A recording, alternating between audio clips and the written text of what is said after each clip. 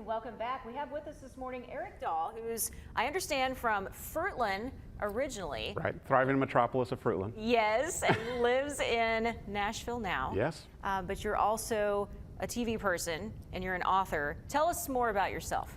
Wow, it's like, as we talked about earlier, Crystal, usually I'm the one that gets to do the interviews, and so I could talk about you. But I was raised here in Southeast Missouri and lived out in Fruitland, where my family had a A-frame house out there, went all through Jackson School, and then I graduated from SEMO with a degree in television.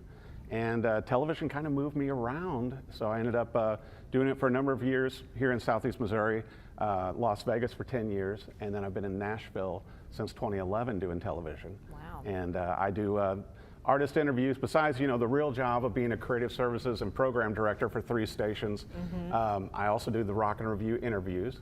And so I'm up to 750 interviews. Oh my gosh. With music artists. So you've met a lot of people then. I met a few. Like next week, I've got Trace Adkins and the Doobie Brothers on the show. Oh, how fun. And so you kind of, with being in Nashville, you never know who you're going to have come through. Oh gosh. Do you have a favorite that you've interviewed over the years? I always say my favorite is the next one. I'm sure the same with you. You always, you interview yeah, you hate somebody. to say that. Yeah, because you're always working ahead and not looking backwards. Probably the one that put the show on the map, though, back in 2017 was when Dolly came on the show. And so when you have Dolly on and everybody goes, well, we want to come on the show now. How do you top that? Right. And so I had a great, that kind of really kicked things off for the Rock and Review, to where I had Dolly, Garth, Kenny Rogers, Brad Paisley. But then, we have a lot of rock people on too, CeeLo Green, Brian Head Welch from Korn. And then blues people, Samantha Fish, that I know recently played here. Recently here, yeah, Shipyard. So, so that's kind of the TV day job stuff, and then I also write books. When I was living in Vegas, I accidentally bought B.B. King's Stolen Lucille from a pawn shop. Okay. And at that point, I returned it to him, and he gave me a Lucille as a thank you, because it was his prototype 1, his 80th birthday Lucille.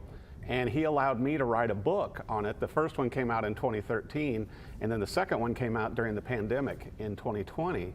And so it's fun to do the books. I write for several magazines also. I write for Maverick Country magazine in the UK, covering music gear and stuff, and I also write for Worship Musician. But the books are a fun project, just because you get to research them and dig in, kind of like on deeper interviews. Right. And spend more time. So now I'm in negotiations for the next book. And I just met with Jerry Reed's daughters the other night.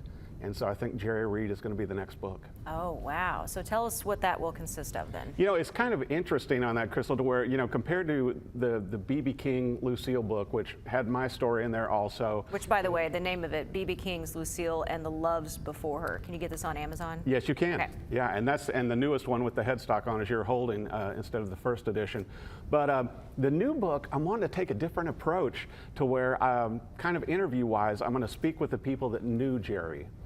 Including both of his daughters, and get their favorite stories, but also the musicians that toured with him and worked with him and were friends with him, and get their favorite Jerry Reed stories. So it's through their eyes.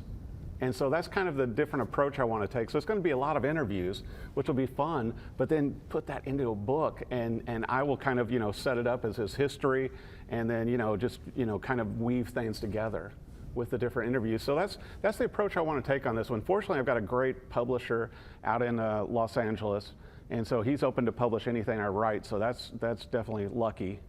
And it's just fun. It's, it keeps me on my toes. I never would have thought from all my writing courses over the years that I would end up doing books. But when you start doing it, it's the research and the depth and the people you meet. That's the rush of it. You don't make a great amount of money because you're an author, but the interesting part is you get credibility. Because like with these books, I've kind of become the Lucille whisperer. So if anybody around the world needs to know something on a Gibson Lucille, they will contact me. Right, right. And that's a fun niche. That is fun. When you're kind of known as the Lucille guy, it's not bad. No, that's not a bad thing. And so, but if I could keep doing that with, a book every few years, I think that's the goal.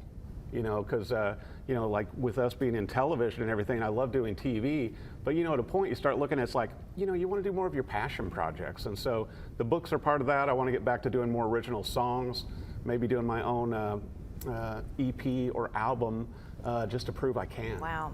Wow, a jack of all trades here. Well, we're going to have to go, but tell us how people can find you and more information about this. Definitely.